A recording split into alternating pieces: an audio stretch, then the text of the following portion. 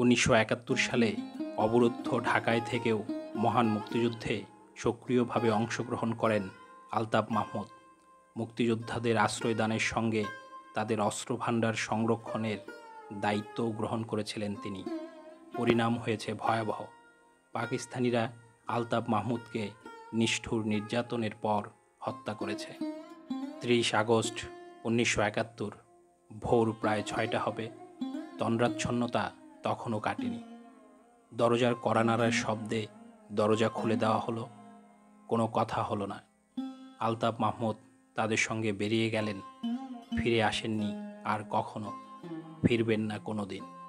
সুরকার আলতাফ মাহমুদের মৃত্যুর আরও একটা সুলুক পাওয়া গেল। ক্যান্টনমেন্টের ডাক্তার এই তথ্য জুগিয়েছেন। তার উপর অকথ্য শারীরিক নির্যাতন চালায় জালেমেরা বেশ কয়েকদিন ধরে। পরে গরম পানিতে তাকে সিদ্ধ করে মারা হয়।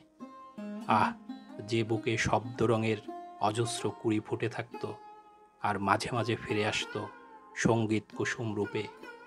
উত্তাপের মাত্রায় মাত্রায় তা ধুকধুক করছিল নিঃশ্বাসের উত্থান পতনের সঙ্গে সঙ্গে। কি যন্ত্রণায় আমরা কেউ কল্পনা করতে পারবো না। এক সময় সব থেমে গিয়েছিল সুরকারের অজানিতে। চরম দণ্ড দিয়ে গেছেন তিনি। অপরাধও করেছিলেন চরম। এখন সব জানা গেছে। তার উঠানে এক বড় ট্যাঙ্কে স্টেনগান, গুলি এবং অন্যান্য অস্ত্রপাতি পাওয়া যায়। ভোরের দিকে সৈন্যরা ঘেরাও করে বাড়ি এবং পাড়া। মাত্র 2 দিন আগে নাকি এসব পুঁতে রাখা হয়েছিল। সুরপ্রেমিক, দেশপ্রেমিক ছিলেন, তা তার মনের প্রবণতা দেখে বেশ জানা ছিল। একদা ইন্ডিয়ান পিপলস থিয়েটার অ্যাসোসিয়েশনের সদস্য ছিলেন 1941-42 খ্রিস্টাব্দে। দখলদারদের বিরুদ্ধে তার ঘৃণা, অসন্তোষ স্বাভাবিক। মুক্তিবাহিনীকে তিনি সাহায্য করতেন, সে বিষয়ে আর সন্দেহ পোষণ বৃথা। কিন্তু যারা অমন ঝুঁকির মুখে আলতাফ মাহমুদকে ঠেলে দিয়েছিলেন তারা ভালো কাজ করেননি। প্রতিভা তো বছর বছর জন্মায় না।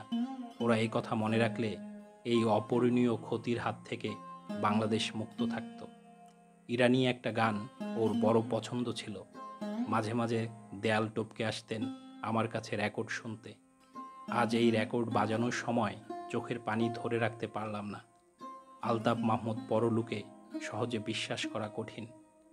আমার ভাইয়ের রক্তে রাঙানো 21শে ফেব্রুয়ারি আমি কি ভুলিতে পারি। এ গানের সুর তারই দেওয়া। প্রতি বছর একদিন অন্তত গোটা দেশ তোমাকে স্মরণ করবে, হে অমিত তেজ প্রাণ। সেইটুকুই সান্ত্বনা।